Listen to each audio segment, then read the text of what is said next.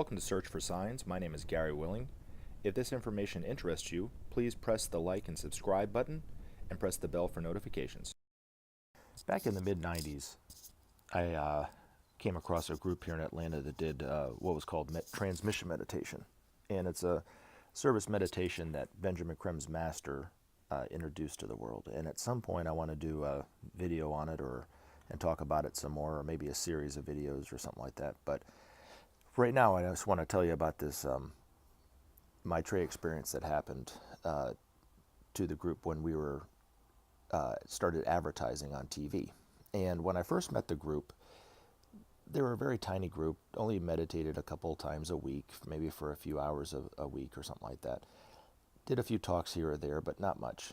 And then a few of us wanted to kind of do some more work. So we took it upon ourselves to start doing some television advertising. And we scrounged together what little money we had, and it took us a few weeks to find a television station willing to put the ad on the air. And it was the CBS station here in Atlanta, Channel 46, that was the one that decided to allow us to do it. But it had to be done, we could only afford the late overnight spots. So they were right next to the adult 900 chat line ads and stuff. It was kind of funny. But so we had an ad that was very simple. It just had a picture of Maitreya, the same picture that I put up in these videos that was taken of him in Nairobi, Kenya. And I can't remember exactly what the ad said, but it was something about, the Christ being in the world or something like that. And then we had our number that we gave out that just went right to voicemail. And then at the voicemail, there was maybe a 30-second little talk about who we think Maitreya is and stuff like that. And then if they wanted more information, they could request more information. And, the response was quite mixed. You had those who would just leave their name, some that would prank call, some that would be very angry and, oh, he's the Antichrist, this, and they hang up the phone. But over the course of the few months that we advertised, we got a lot of calls. Every time it would go on the air, we would probably have 20 or 30 calls that night or whatever. But the one that stuck out, and the one that I want to talk about, this unnamed lady called and left a message on the machine.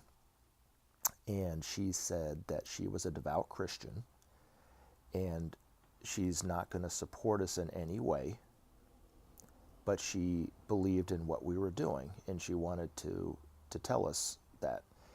And she said that she shared a little story about herself. She said she was a heroin addict or a crack addict or something like that, and did drugs for years, and all along she'd been trying to stop but couldn't stop. And she went to the house that she would normally buy crack from the crack dealer, and she goes into this really dark house, and she's walking in there to get crack again, and there was a guy she hadn't seen before sitting on the floor, and she gives him the money. And she said she looked into his eyes, and she said the reason why she called is because she recognized that African-American guy to be Maitreya. She said the eyes just is what was so familiar. But she also said it was what Maitreya said to her.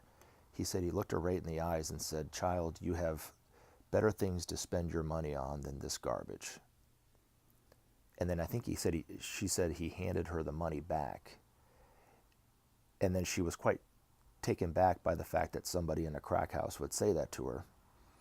But it kind of shocked her, and then she left, and she said she never used crack cocaine or drugs again after that. And then when she came across this ad, she said she saw it a few times, and she just had to call because she knew for a fact. She goes, "I know that was who it was." Even though he didn't look quite like that, she said it was the eyes that were so similar. And I noticed for myself the times that I had seen Maitreya, even though he looked like a totally different person, it was always the eyes that gave him away. So, and as always, take action. Help SOP save our planet. Thanks for listening, and we look forward to talking to you again in future videos. Have a great day.